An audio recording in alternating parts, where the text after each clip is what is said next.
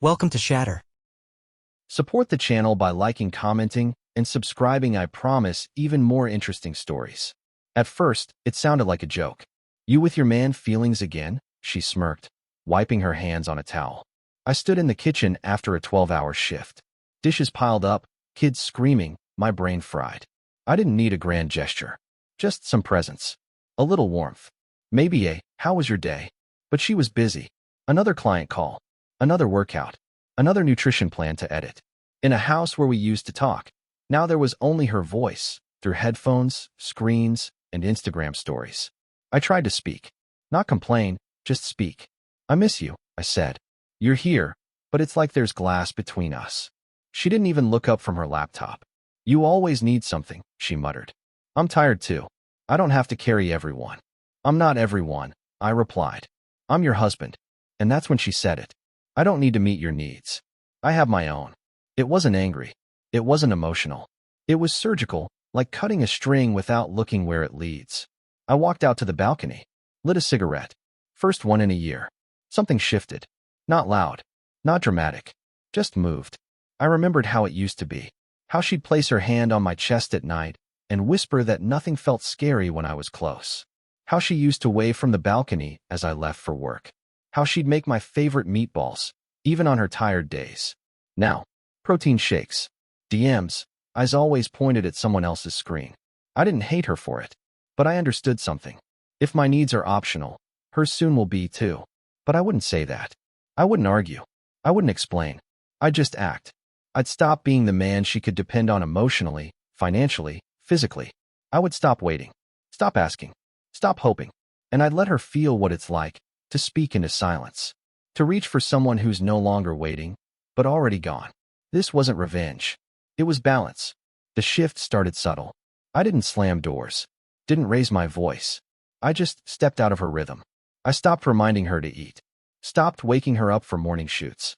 Stopped doing her grocery runs. The almond milk, the protein bars, the exact candles she liked burning during yoga. She noticed, but didn't say anything. That was her pride. But the cracks showed fast. She missed a client call, couldn't find her charger. Missed a gym collab, forgot the time. Forgot our son's class recital, the one I used to text her about 3 times before. Now I was silent. And silence changes the room faster than shouting ever could. Then came the external hit. Her biggest brand partnership froze payments, some internal audit. She panicked. Started checking joint accounts, expecting her usual float. Only now, the access code had changed. She called me, sharp and defensive. "Did you lock me out of the account?" I didn't respond. Instead, I sent her a screenshot of a private transfer, half the money into a trust account under our kids' names. The rest? Untouched. Still there, but no longer hers by default. That was the first time she didn't post anything for 2 straight days. Then it got worse. The apartment's elevator broke. She was stuck in the lobby with 5 bags, late for a shoot, no ride. I'd usually show up. Not this time. She called her influencer friend. The girl was busy shooting content. I watched it unfold from a distance. Not with cruelty, but with clarity. She had built her world on soft cushions. Me, my time, my help. Now, with the cushion gone, everything hurt when it landed. Even her body started reacting. Insomnia, stress rash. She texted, "Everything's falling apart. I feel like I'm drowning." I left her on read. Not because I didn't care. Because she had to feel it. Not pain, cause and effect. You don't learn fire is real until you burn your own hand. That week, her mother called me. Asked if I was okay. Said she noticed something off in her daughter. Said she hoped this time apart doesn't cost you both everything. I told her gently. It already cost me. Now she gets to see what it cost her. By week 3, she cracked. It started with a message. "Can we talk?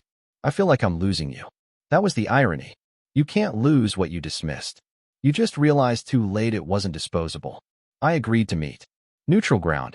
A coffee shop we used to go to. Nothing romantic. Just chairs and silence waiting to be filled. She walked in slower than usual. No gym bag. No flashy outfit. Just jeans and a tired face. The first thing I noticed? She wasn't glowing anymore. That sparkle she had when she thought the world revolved around her. It had dimmed. She sat across from me, eyes searching for softness. I gave her clarity instead. She spoke carefully, as if stepping through glass. Said she missed my energy, my presence. Said she didn't realize how much I held up. Not until everything started falling without me. She said she didn't cheat. I believed her. But that was never the point. See, betrayal doesn't always come from another man. Sometimes, it's just the moment she decides her dreams matter more than your dignity. She called what we had comfortable. Said she needed chaos to grow. Well, now she had it. I told her I wasn't angry. Because anger would have meant I still expected something. I didn't. She asked if we could rebuild. Said she was changing. Said she started seeing a therapist. Stopped chasing validation online. Stopped waiting for likes to measure her worth. That was good. For her. But I wasn't a checkpoint in her self-help journey. I was a man who'd carried more than she ever knew. In silence. And now finally put it down. I stood up, left cash on the table, and looked her in the eyes. You don't need my forgiveness. You need to forgive yourself for thinking I'd always be here. Then I walked out. She didn't follow. Not that time. Because deep down, she knew. I didn't come to that cafe to give her a second chance. I came to give her a mirror. And mirrors don't lie. They reflect exactly what stands in front of them, without makeup, without filters, without excuses. A few days after the cafe, she posted a story. Soft smile. Gentle lighting. Coffee in hand. Caption. A woman who starts with herself always wins. For the first time in a while, I didn't feel anger. Just interest, detached, clinical. Like a surgeon watching an old scar. She was returning to her favorite tactic, subtle flirtation, warmth, the appearance of peace. But the weapon had no ammo. Then I noticed a new name in her comments. Some young fitness guy. All muscles and emojis. Under every post. You deserve more. Where are the men like you? She never replied. But she didn't block him. Didn't hide it either. Then came the story, the two of them at the gym. He's filming her from behind. She's laughing, tossing her hair. Caption. Funny how support comes from unexpected places. That wasn't flirtation. That was a message. You left? Look who's standing next to me now. Only, I wasn't watching to react.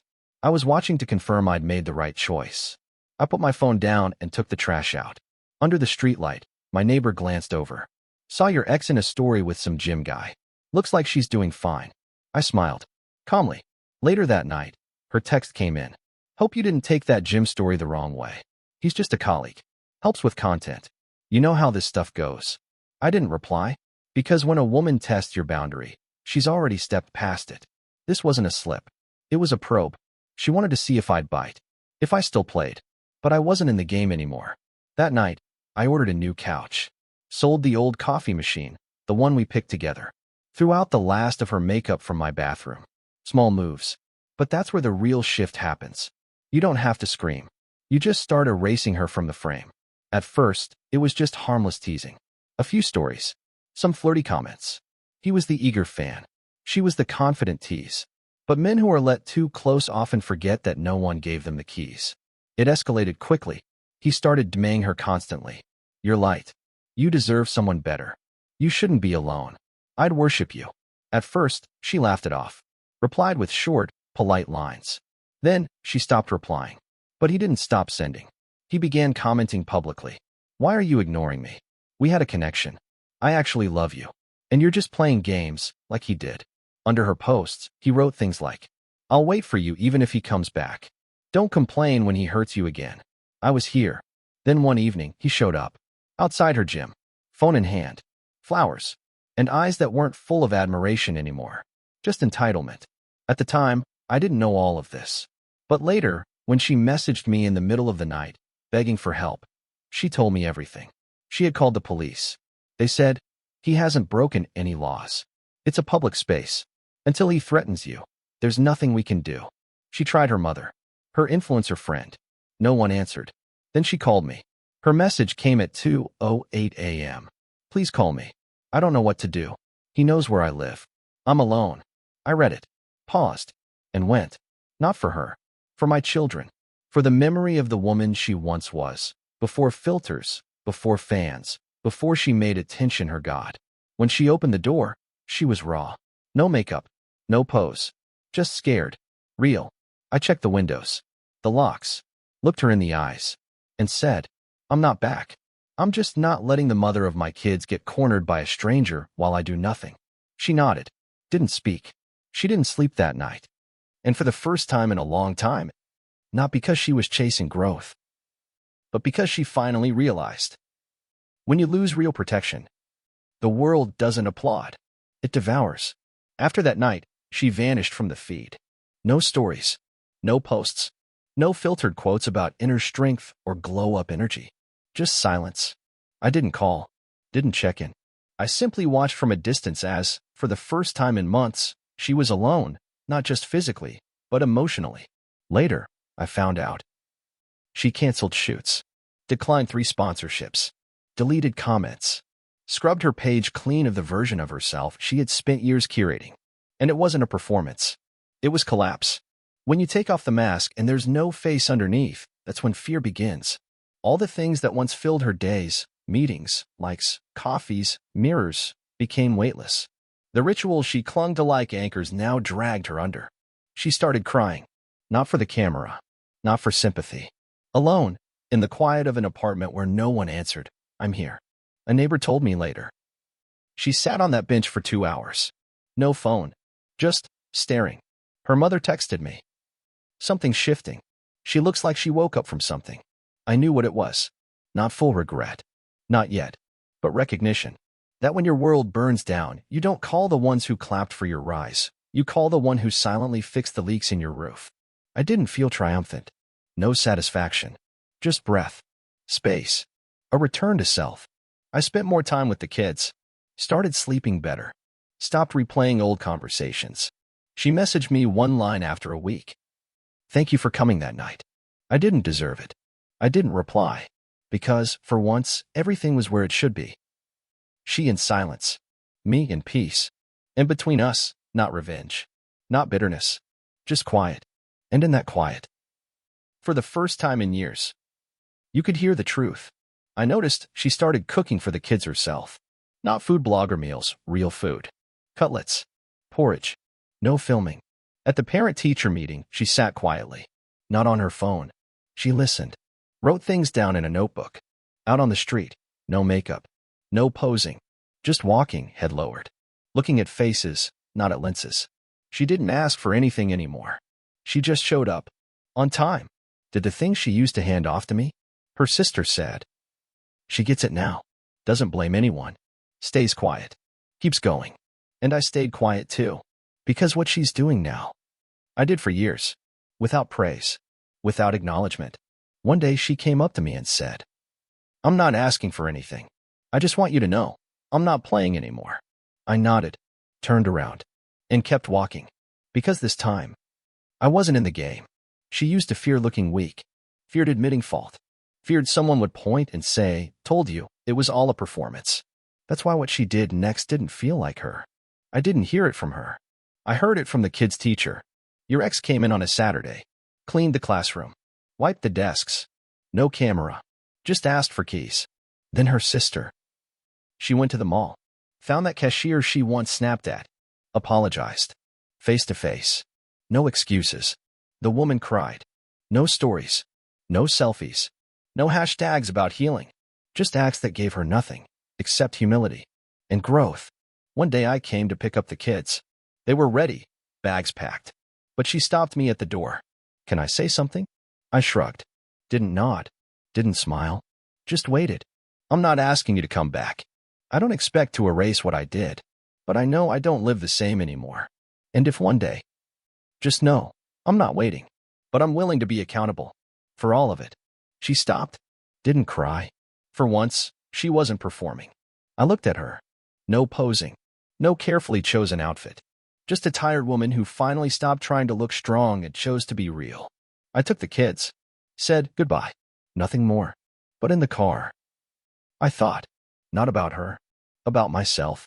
I realized I wasn't angry anymore. And that was more terrifying than rage. Because anger means you still expect something. This was absence. Because when someone finally apologizes, and you no longer need them to, it means the damage went deeper than the apology can reach.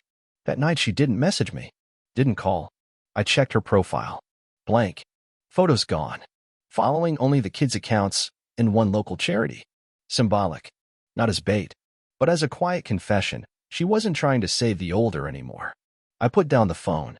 And for the first time, I didn't feel pain, or pride, or tension, just stillness, a silence that didn't feel cold, just clean. Weeks passed. No messages. No, hope you're well. No signs of her trying to claw back into my life. And that, strangely, earned my respect. Not because she disappeared, but because she finally stopped begging the world to validate her. I didn't reach out until I chose to, not because I missed her, but because silence deserves an answer when it's no longer a tactic, but truth. I invited her to a neutral place, public, but quiet. A park bench where we once sat with the kids, years ago, before things blurred. She came. No makeup. Wearing a plain coat. No perfume meant to trigger old memories. Just her. As is. She didn't speak first. Neither did I. We sat in silence, two people who once shared a life, now sharing only the weight of what they'd become. Then I looked at her. I'm not here to return. I'm here to tell you something I never said clearly. She waited. No flinch. No hope in her eyes. Just readiness. You were never the villain. You were just lost. And I was tired. And neither of us had the courage to say it when it mattered. She nodded. Still no tears. You changed. I see that. Not for me. For you. And that matters more than anything. But I'm not the same man you left. And I don't want to go back to who I was to keep something that already died once. That was the truth. And truths don't need permission to be spoken. She looked down, then said, I never expected you to forgive. I just wanted you to know. I finally forgave myself. That was enough. I stood, offered a hand, not to pull her up, just to acknowledge the end cleanly, with respect, without regret. She took it. No words, no promises, just a brief touch between two people who once tried, failed, and survived. And when I walked away, I didn't look back. Because closure isn't about doors swinging shut. It's about no longer needing to open them. Life didn't change overnight. But it changed because I stopped trying to fix something that had already served its lesson. I moved. Quietly. New apartment. Neutral colors. No trace of our old life. No photos. No shadows on the walls. I took fewer calls. Laughed more with my kids. Stopped checking who viewed my stories. Peace isn't loud. It's when you walk into your place and nothing inside drags your thoughts backward. She didn't try again. She knew. That wasn't silence between us anymore, it was space. A space I no longer needed to fill with explanations, forgiveness, or rewinds. A friend asked me once, would you ever take her back? Now that she's changed. I said nothing.